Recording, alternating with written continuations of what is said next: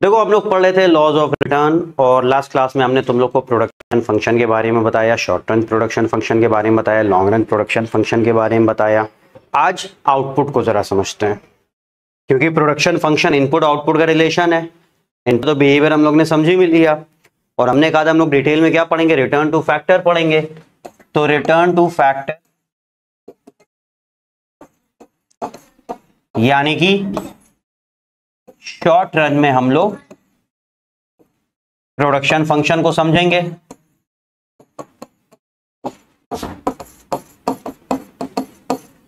अब short run में जब हम प्रोडक्शन फंक्शन को समझ रहे हैं तो हमारा अजम्पशन क्या था कि एक फिक्स कैपिटल है, एक फिक्स इनपुट है जिसे कैपिटल मान लिया, वो एक बार 1 है तो हर बार 1 रहेगा, और एक वेरिएबल इनपुट है जिसको हमने लेबर कहा, जो कि हर बार चेंज होगा। भाई आपने सारे फिक्स मान लिए और एक वेरिएबल लिया।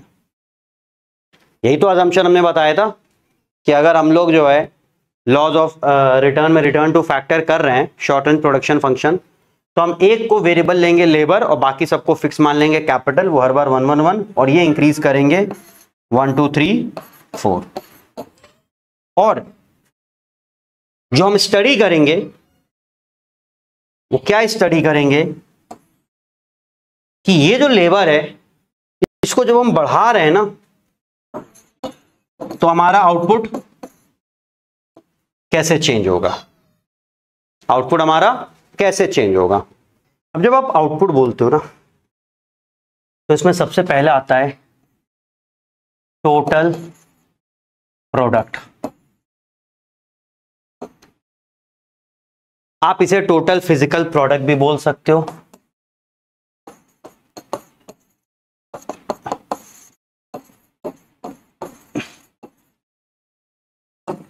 आप टोटल आउटपुट भी बोल सकते हो, कुछ भी बोल लो। ये है क्या,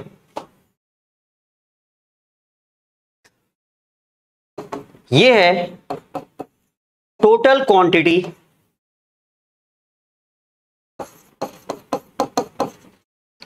ऑफ यूनिट प्रोड्यूस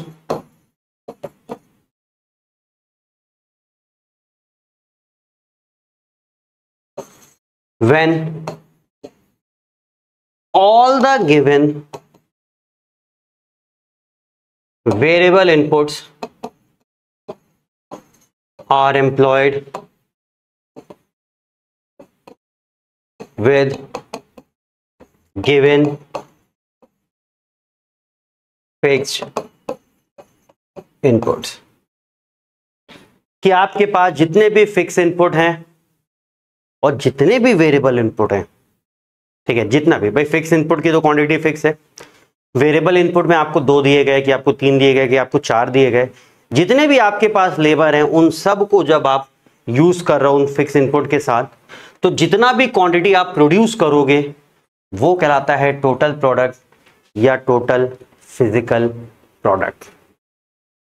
अब टोटल प्रोडक्ट चेंज कैसे होता है समझ गए ना। आपके पास जितने भी, जैसे फॉर एग्जांपल हमने कहा एक कैपिटल है और 5 लेबर हैं, तो इन 5 लेबर को जब हमने एक कैपिटल के साथ यूज किया तो हमारा जो भी आउटपुट आया टोटल आउटपुट, वही टोटल प्रोडक्ट या टोटल फिजिकल प्रोडक्ट कहलाता है। तो अब जब आप ये लेबर बढ़ाते हो 1 से आगे बढ़ते हो तो टोटल प्रोडक्ट चेंज भी होगा, ठीक है ना। भाई टोटल प्रोडक्ट कहते हैं गिवन इनपुट पे आपका आउटपुट कितना है, वो होता है टोटल प्रोडक्ट। कि सारे जितने भी गिवन है, अब वो आपके पास 4 हो तो 4 को लगाने के बाद जो आउटपुट है, आपके पास 5 है तो 5 को लगाने के बाद जो आउटपुट है, आपके पास 10 है 10 को लगाने के बाद जो आउटपुट है, वो जो भी आउटपुट है टोटल आउटपुट कहलाएगा। लेकिन ये चेंज कैसे होता है याद रखना, हम लोग रिटर्न टू फैक्टर यानी कि शॉर्ट रन के पर्सपेक्टिव से समझ रहे हैं। और जब हम लेबर बढ़ाते हैं तो टोटल प्रोडक्ट के बारे में ये लाइन याद रखना कि जब आप लेबर बढ़ाते हो as more and more variable inputs are employed with given fixed input, कि जैसे जैसे आप लेबर बढ़ाते चले जाओगे, 0 से स्टार्ट करना और फिर 1 2 3 4 5 6 करते चले जाना, टोटल प्रोडक्ट कैसे चेंज होगा ये लाइन याद रखना। Total product initially increases at increasing rate। ये जब हम कंज्यूमर इक्विलिब्रियम चैप्टर पढ़ा रहे थे तो टोटल और मार्जिनल हमने समझाया था और हमने कहा था टोटल कभी भी इंक्रीज होगा तो उसमें रेट तो होएगा ही होएगा। तो initially increases at increasing rate, later on it increases at diminishing rate या decreasing rate।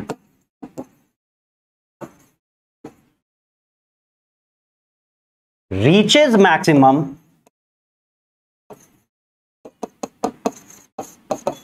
maximum जाएगा and starts declining।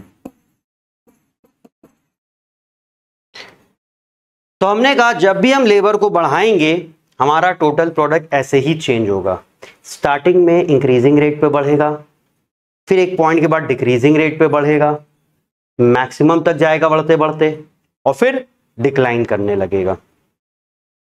अगर इस चीज को हम डेटा के साथ देखो, डेटा तुमसे एग्जाम में पूछा नहीं जाएगा, सिर्फ समझने के पर्सपेक्टिव से होता है। तो कैपिटल तो मान लो चलो के है, उसको 1 ले लो। लेबर आप वेरिएबल बढ़ा रहे हो 1 2 3 4 5 6 टोटल प्रोडक्ट। जाहिर सी बात है जीरो पे तो जीरो ही रहेगा, आप जीरो लिख देना, ठीक है।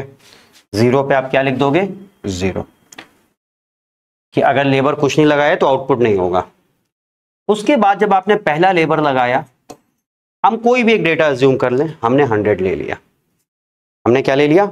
100। हम अभी जो डेटा ले रहे हैं, तुम लोग की बुक का ही डेटा लेने की कोशिश कर रहे हैं। रीजन बड़ा सिंपल सा है, ताकि तुम लोग जब बुक से रीड करो तो चीज रिलेट कर सको। डेटा में याद रखना आपको पैटर्न फॉलो करना है। पैटर्न हमने बता ही दिया है कैसे, पहले इंक्रीजिंग रेट, फिर डिक्रीजिंग रेट और मैक्सिमम होके डिक्लाइन। तो इंक्रीजिंग रेट का क्या मतलब है कि बढ़ेगा तो पहले से बड़ा नंबर ऐड होगा। तो हमने पहला नंबर अगर 100 लिखा तो दूसरे के टाइम में 100 से एक बड़ा नंबर ऐड करते हैं, तो 120 ऐड कर दिया तो ये बन गया 220। फिर क्या करते हैं, 120 से एक बड़ा नंबर ऐड कर दो, 140 ऐड करते हैं, ये बन गया 360। और फिर एक काम करो, 140 से भी एक बड़ा नंबर ऐड कर दो तो 160 ऐड कर देते हैं, ये बन गया 520। तो जब तक आप पहले से बड़ा नंबर ऐड करते रहोगे उसे ही बोलते हैं इंक्रीजिंग रेट। ये देखो बढ़ तो रहा है 100, 220, 360, 520, पर कैसे बढ़ रहा है? 0 से 100 बढ़ा, अगली बार 120 ऐड हुआ, अगली बार 140 ऐड हुआ, अगली बार 160 ऐड हुआ, पहले से बड़ा नंबर ऐड हो रहा है। तो जब तक आप पहले से बड़ा नंबर ऐड करते रहोगे इंक्रीजिंग रेट चलेगा। इसके बाद अब आपको डिक्रीजिंग रेट लाना है, तो अब पहले से छोटा नंबर ऐड करो। तो 160 ऐड किया था, छोटा नंबर ऐड कर लेते हैं, 130 ऐड कर लेते हैं, 650, और फिर और छोटा अगला उससे छोटा, जैसे अभी 130 ऐड किया तो अब अगला उससे छोटा 100 ऐड कर लेते हैं, तो 750, यहाँ 7 8 9, अच्छा 100 ऐड कर लिया था, और छोटा नंबर ऐड कर लो, 90 ऐड कर लिया, 840, 40 ऐड कर लिया, 880। देखो हम ऐसा नंबर ऐड कर रहे हैं कि वो जो नंबर है ना बाद में उससे डिवाइड भी हो सके, क्योंकि जब टोटल प्रोडक्ट आया है तो आगे एवरेज प्रोडक्ट भी आता है जहाँ डिवाइड करना पड़ता है। तो आप कुछ भी रैंडम ले लो, उससे फर्क नहीं पड़ता है, पॉइंट में आएगा, उससे क्या मतलब है जब डिवाइड करेंगे। लेकिन पैटर्न बस फॉलो करना है, कोई क्राइटेरिया नहीं कि सर आपने 100 के बाद 120 क्यों लिया, वो मेरी मर्जी थी। हमने क्या बोला, हम तो बुक का डेटा फॉलो करते हैं, इसलिए हमने बुक के अकॉर्डिंग लिया। हम चाहते तो 100 के बजाय 100 के बाद 120 के बजाय 150 ऐड कर लेते, 130 ऐड कर लेते, कुछ भी कर लो, तुम्हारी मर्जी है। आप 100 लियो, 20-20 बढ़ाओ, फिर 20-20 कम कर दो, 30-30 बढ़ाओ, 20-20 कम कर दो, 40-40 बढ़ाओ, 50-50 कम कर दो, आपकी मर्जी है, वो आपकी मर्जी है। बस पैटर्न क्या लेना है कि पहले जब ऐड करोगे तो पहले से बड़ा नंबर ऐड करोगे, उसके बाद जब ऐड करोगे तो पहले से छोटा नंबर ऐड करोगे, ठीक है। तो अगर आप देखो 100, फिर 120, फिर 140, 160, अभी 140, 160 यही क्यों ले रहे हैं, इसका कोई रीजन नहीं है, आप कुछ भी ले लो, ठीक है। आप 100, 110, 120, 130, 140 आप ऐसे भी कर सकते हो। डिक्रीज करने के टाइम हमने 130, 100 और 90, 40 लिया, आप 130, 100, 70, 40 ऐसे कर लेते हैं। ठीक है, तो यहां तक हम लोग आ गए। ये हो गया हमारा 880, हमने 40 ऐड किया था। अब जाहिर सी बात है, मैक्सिमम आने का क्या मतलब है कि एक पॉइंट ऐसा आएगा जहां पे नंबर जो ऐड होना वो 0 होगा, तभी मैक्सिमम आता है। याद रखना, ये हम लोग ने पढ़ा है कि यहां दिया ना क्रीचेज मैक्सिमम। मैक्सिमम होने का मतलब है कि नंबर रिपीट होना है। मैक्सिमम होने का क्या मतलब है कि नंबर रिपीट होना है। तो नंबर रिपीट तभी होगा जब जो आप नंबर ऐड कर रहे हो वो 0 हो। तो 880 में 0 ऐड किया तो 880 रिपीट कर गया। अब इसके बाद क्या कह रहा है, स्टार्ट्स डिक्लाइनिंग। तो इसके बाद का जो नंबर आप लोगे, जैसे आपने 10 ले लिया, डिक्लाइन कर रहा है ना, तो आप माइनस कर दो। कितना है, रैंडम कुछ भी माइनस कर दो। हम कह रहे हैं पूरा 100 ही माइनस कर दो, 780, खत्म बात। और डिक्लाइन में ज्यादा नीचे जाने की जरूरत नहीं है। तो अगर आप इस डेटा को देखो, यहां से लेके यहां तक क्या चल रहा है, TP increases eight increasing rate, और फिर यहां से लेके यहां तक क्या चल रहा है, TP increases eight diminishing rate. यहां पे टीपी हमारी मैक्सिमम कहलाती है, और इसके बाद से अगर आप देखो तो टीपी डिक्लाइन करता है।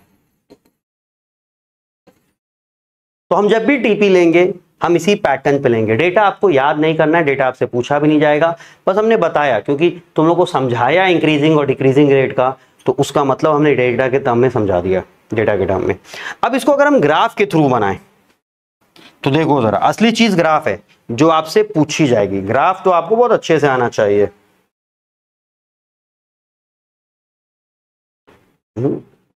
देखो जरा,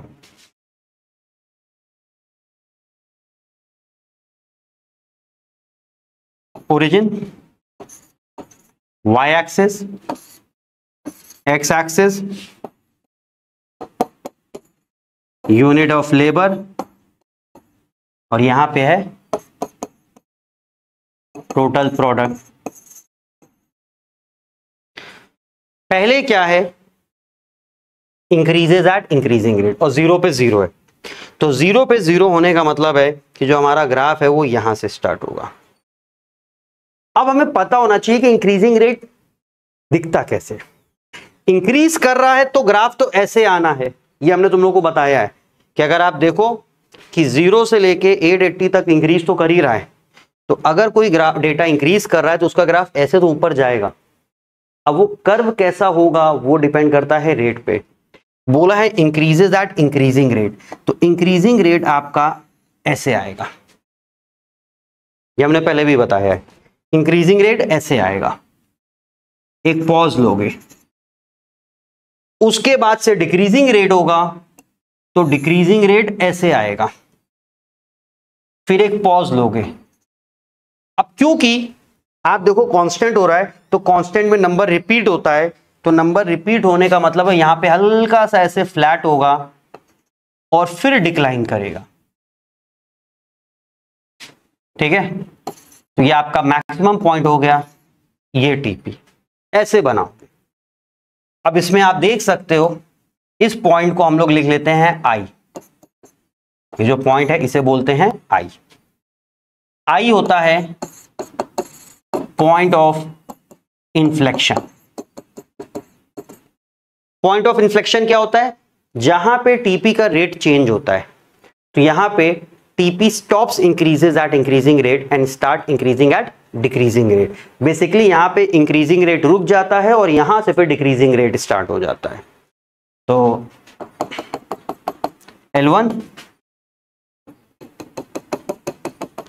L2,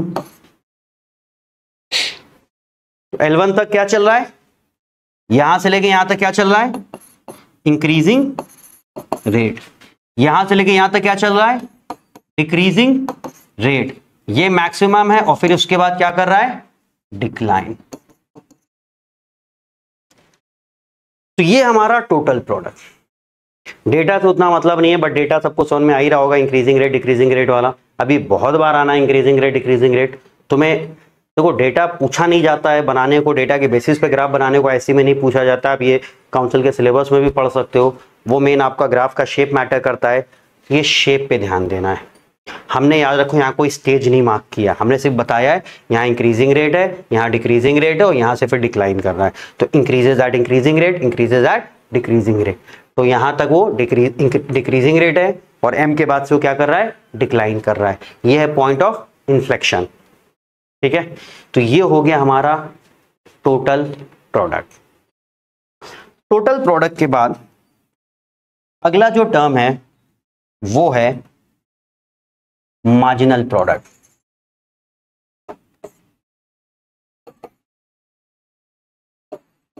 मार्जिनल प्रोडक्ट या मार्जिनल फिजिकल प्रोडक्ट एक ही चीज होती है। मार्जिनल वर्ड कहीं भी आता है हम लोग को पता है वो किससे एसोसिएटेड होता है, एडिशनल से। क्या है ये, additional output from every additional variable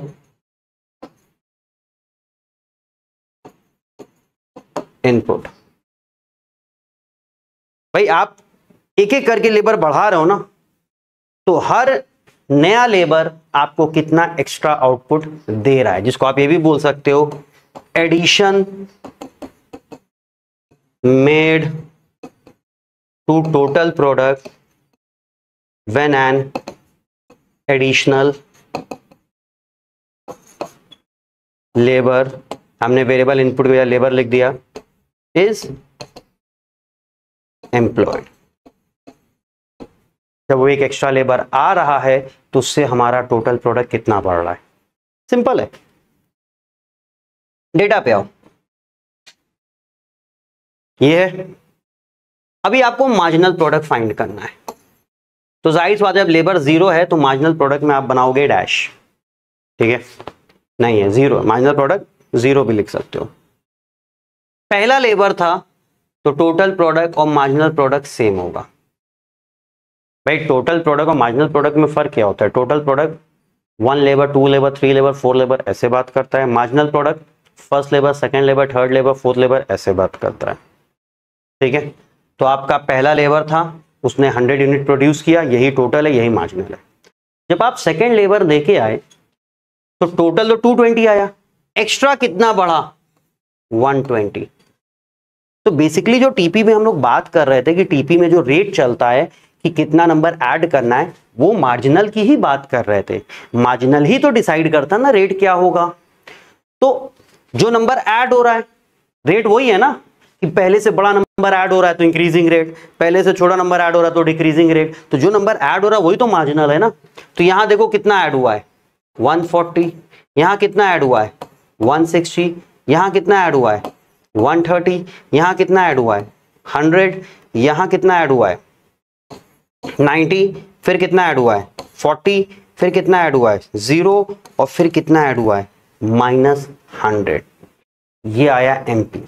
किसी को प्रॉब्लम है कि सर आपने एमपी कैसे कैलकुलेट किया है? अभी एमपी को आप ऑब्जर्व करो। अब याद रखना रेट सिर्फ टीपी में होता है, बाकी सब या तो इंक्रीज या तो डिक्रीज होते हैं। आप एमपी में ऑब्जर्व करो एमपी कैसे चेंज हो रहा है। तो हमारा एमपी देखो कैसे चेंज हो रहा है, 100, 120, 140, 160, यहां तक एमपी क्या हो रहा है, एमपी इंक्रीज कर रहा है। फिर उसके बाद देखो 130, 100, 90, 40 और एमपी डिक्रीज कर रहा है। यहां पे एमपी 0 हो गया और यहां पे एमपी नेगेटिव हो गया। विच मीन अगर हमें यह समझना है कि एमपी कैसे चेंज होता है, कि लेबर के बढ़ाने से एमपी कैसे चेंज होता है, तो ये याद रखना MP initially increases, reaches maximum and starts declining.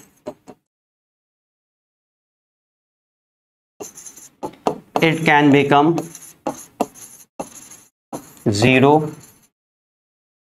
and negative. Increase हो रहा है, मैक्सिमम जा रहा है, डिक्रीज होएगा, 0 होएगा और नेगेटिव हो जाएगा. अगर इसको ग्राफ पे बनाना, ये चीज समझ गया ना सब लोग. अब इसको अगर ग्राफ पे प्लॉट करना हो तो हम अलग एक ग्राफ पे बनाते हैं, एक साथ नहीं बनाते हैं.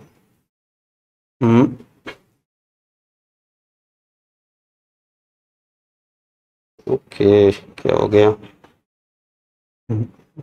चलो अच्छा ऐसे कर लेते हैं. ये एक्स एक्सिस, ये ओरिजिन, ये वाई एक्सिस. एक्स एक्सिस पे unit of labour, Y axis पे मार्जिनल प्रोडक्ट. एमपी का क्या पड़ा? इंक्रीज होगा, मैक्सिमम होके डिक्रीज करेगा. इंक्रीज, मैक्सिमम के बाद डिक्लाइन. जहां उसने एक्स एक्सिस को टच कर दिया वहां पे 0 और उसके पास नेगेटिव. ये चलेगा एमपी. स्ट्रेट लाइन ही बनानी, कर्व देना, उसको याद रखना. हम थोड़ा सा कर्व नहीं दे पाए, वैसे कर्व देते हुए बनाओगे ऐसे. यूं एमपी ऐसे दिखता है कुछ आपका.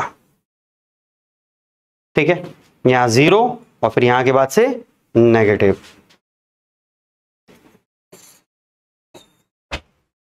ठीक है, क्लियर है. तो एमपी का भी ग्राफ समझ में आ गया. एमपी क्या है समझ में आ गया, एमपी का डेटा भी समझ में आ गया. अब देखो एमपी और टीपी में एक रिलेशन होता है. क्या रिलेशन होता है वो हम पहले डेटा के थ्रू समझाते हैं और फिर ग्राफ के थ्रू समझाते हैं. देखो जरा, हमने तुम लोग को बताया था टीपी में कि यहां से यहां तक TP increases eight increasing rate. याद है? हाँ भाई, TP increases eight increasing rate. और फिर क्या बताया था हमने? TP increases eight decreasing rate. और फिर टीपी इज मैक्सिमम और उसके बाद डिक्लाइन. ये चीज बताई थी. अभी देखो जरा, जब तक हमारा एमपी इंक्रीज हो रहा है, यहां पे इंक्रीजिंग रेट है, मतलब हम ये भी बोल सकते हैं when TP increases eight increasing rate MP increases. 100, 220, 360. TP increases eight increasing rate, MP increases. TP increases eight decreasing rate, MP decreases. TP is maximum, MP is 0. TP starts declining, MP becomes negative. 1, 2, 3, 4 point में ये relation आपको याद रखना है. Relation between TP and MP.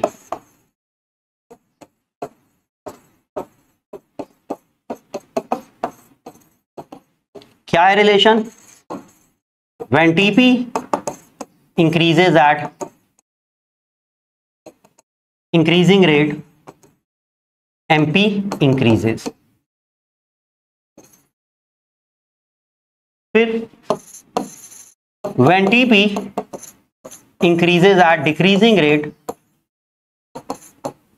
MP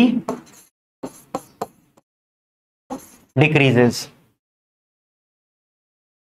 उसके बाद है when TP is maximum, MP is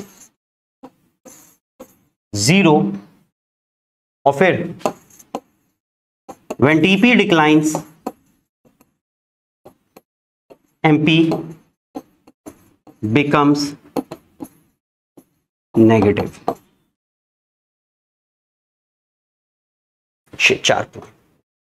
इसके अलावा और क्या आप कह सकते हो, TP is equal to sigma MP, ये तो पढ़ा है ना, एमपी को ऐड करते जाओ तो टीपी बन जाएगा। या फिर क्या बोल सकते हो कि एक टीपी में से ऊपर वाला टीपी माइनस करो तो एमपी आ जाता है, 220 माइनस 100 120, 520 माइनस 360 160।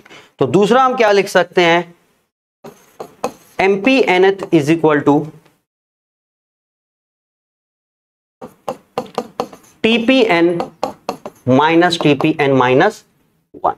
हम लोगों ने देखो क्या समझ लिया, टोटल प्रोडक्ट उसका ग्राफ वो कैसे चेंज होता है, मार्जिनल प्रोडक्ट उसका ग्राफ वो कैसे चेंज होता है, और कैसे दोनों आपस में रिलेटेड हैं। इवन हमने स्केड्यूल भी बना के दिखा दिया। दो स्केड्यूल तुम लोग से पूछा नहीं जाएगा, बस एक ठीक आइडिया होना चाहिए। इसका भी देखो ग्राफ भी है, ये तो हम लोग ने हमने स्केड्यूल से समझाया ना, relation between TP and MP में ग्राफ भी बनाते हैं। तो ग्राफ कैसे बनता है वो चीज समझ लो। X axis, Y axis, total product and marginal product, origin, unit of labour. अब तो जो इन दोनों का ग्राफ हम बना रहे हैं टीपी एमपी का, इनको एक साथ भी बनाया जा सकता है, ऊपर नीचे करके भी बनाया जा सकता है, दोनों तरीके हैं ग्राफ को बनाने के। फिलहाल हम यहां एक साथ बनाने की कोशिश करते हैं। सबसे पहले देखो टीपी आपका इंक्रीजिंग रेट, ये हो गया आई मतलब point of inflection, decreasing rate ये हो गया एम फ्लैट डे के, और यहां से डिक्लाइन ये हो गया टीपी। अब आपको बनाना है एमपी का ग्राफ। तो जब तक इंक्रीजिंग रेट है तब तक एमपी इंक्रीज करेगा। यहां से आपको लेना है, देखो ऐसे,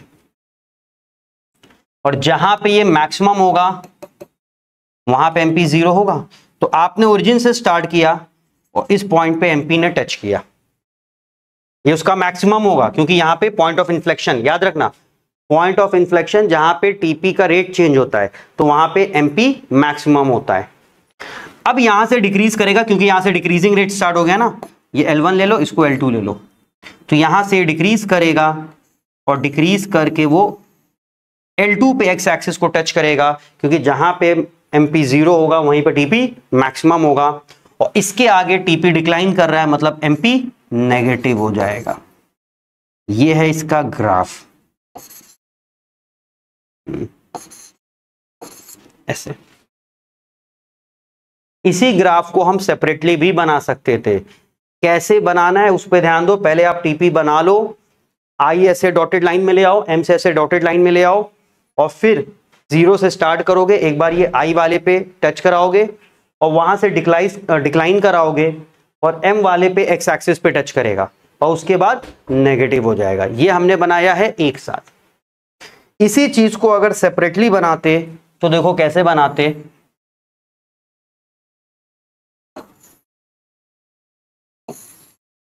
ऐसे y एक्सिस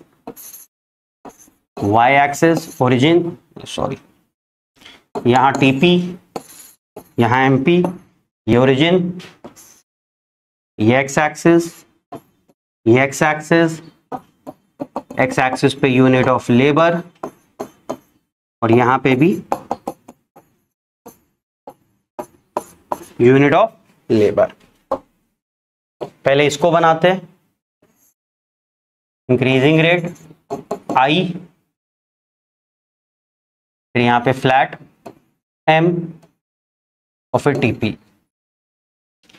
एम से डॉटेड लाइन आती यहां तक, आई से डॉटेड लाइन आती यहां तक, ठीक है। L1 L2 L2 L1, और फिर नीचे साइड पे एमपी बनाते। तो देखो कैसे टच कराते, डॉटेड लाइन वाले पे, और फिर वहां से इस पे टच कराते, और ये हो गया हमारा एमपी। ये हमने अलग अलग बना लिया, ठीक है। तो अब एक लास्ट करते हैं एवरेज प्रोडक्ट, उसका ग्राफ देखते हैं। और उसका रिलेशन इनके साथ समझते हैं। ये एकदम देखो, एकदम एक ऐसे स्ट्रेट बनना चाहिए, ये सीधे, और ये ऐसे, ये एक्स एक्सिस दोनों पैरेलल है।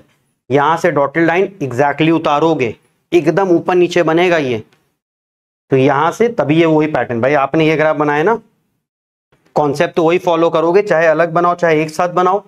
तो ये अलग बना रहे हो लेकिन कॉन्सेप्ट वैसे ही फॉलो करोगे। Average product,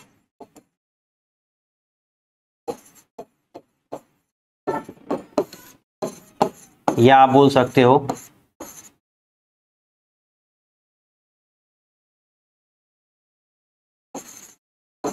average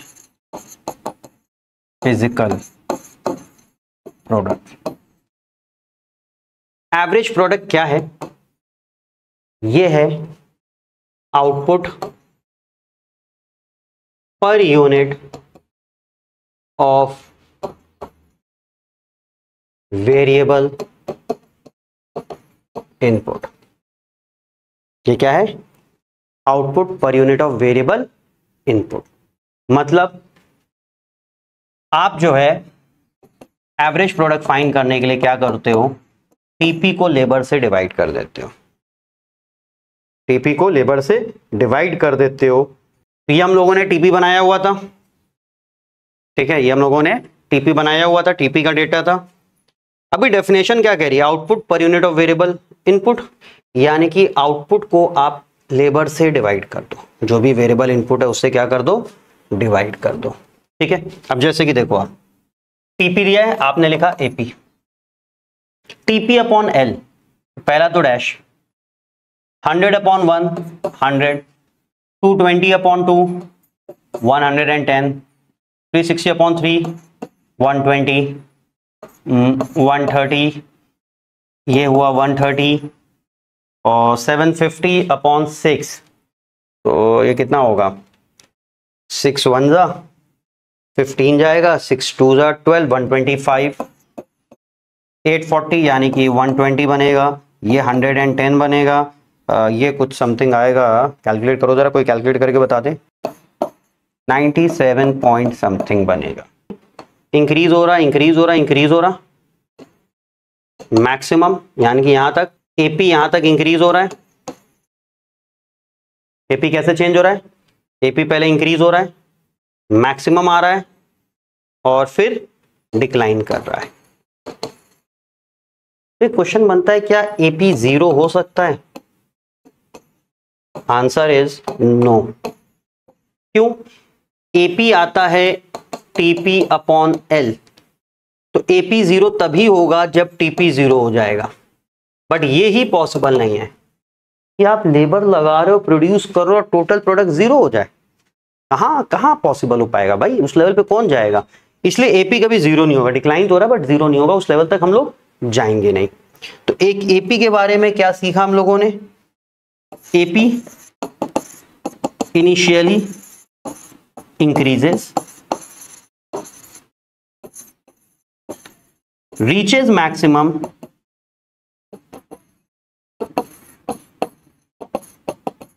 starts declining। ये ग्राफ अगर बनाना है, very simple, y axis, x axis, यहां पे एपी,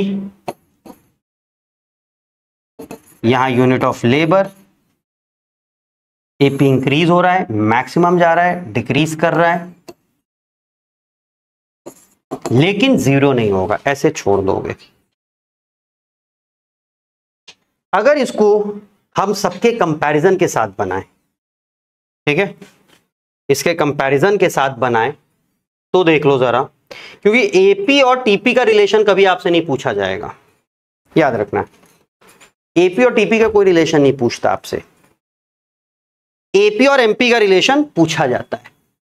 तो जैसे अभी जो डेटा लिया था उसी के हिसाब से चलेगा, वो तो सेम ही है, 100, 110, 120, 130, 130, 125, 120, 110, 97.7 और 78। एपी और टीपी का रिलेशन आपसे नहीं पूछा जाएगा, कोई रिलेशन नहीं, लेकिन एपी और एमपी का रिलेशन पूछा जाता है। और देखो कभी भी एवरेज और मार्जिनल का रिलेशन जो पूछा जाता है ना, वो बड़ा डिफरेंट तरीके से होता है। एवरेज एंड मार्जिनल कभी भी, जैसा भी एवरेज प्रोडक्ट और मार्जिनल प्रोडक्ट का रिलेशन पूछा जा रहा है, आगे एवरेज कॉस्ट मार्जिनल कॉस्ट का पूछा जाएगा, एवरेज रेवेन्यू मार्जिनल रेवेन्यू का पूछा जाएगा।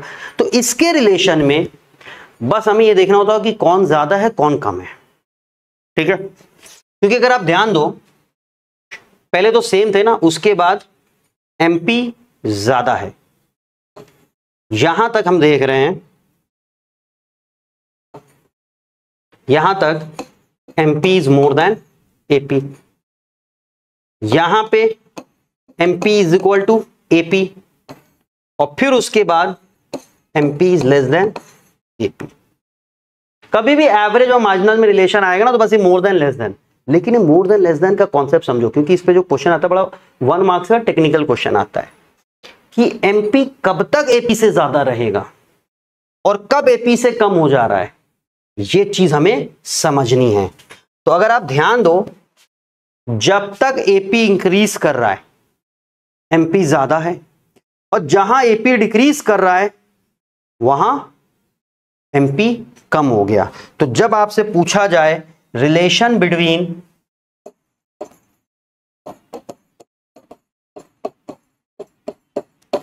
एपी एंड एमपी, तो मालूम क्या लिखेंगे,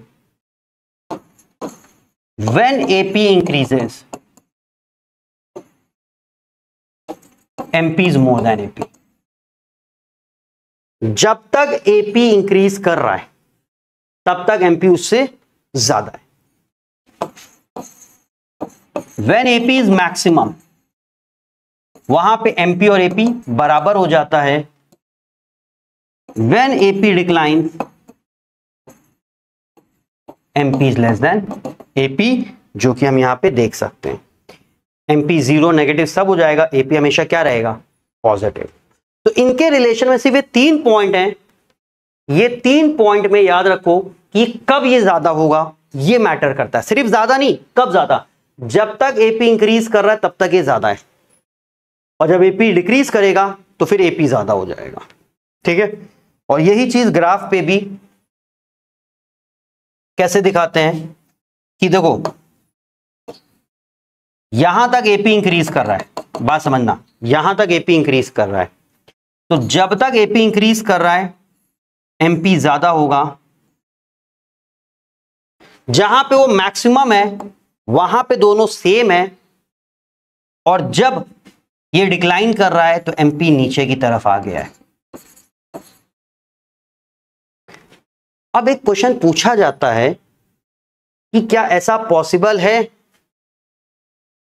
कि एमपी एपी से ज्यादा हो बट एमपी डिक्लाइन करे?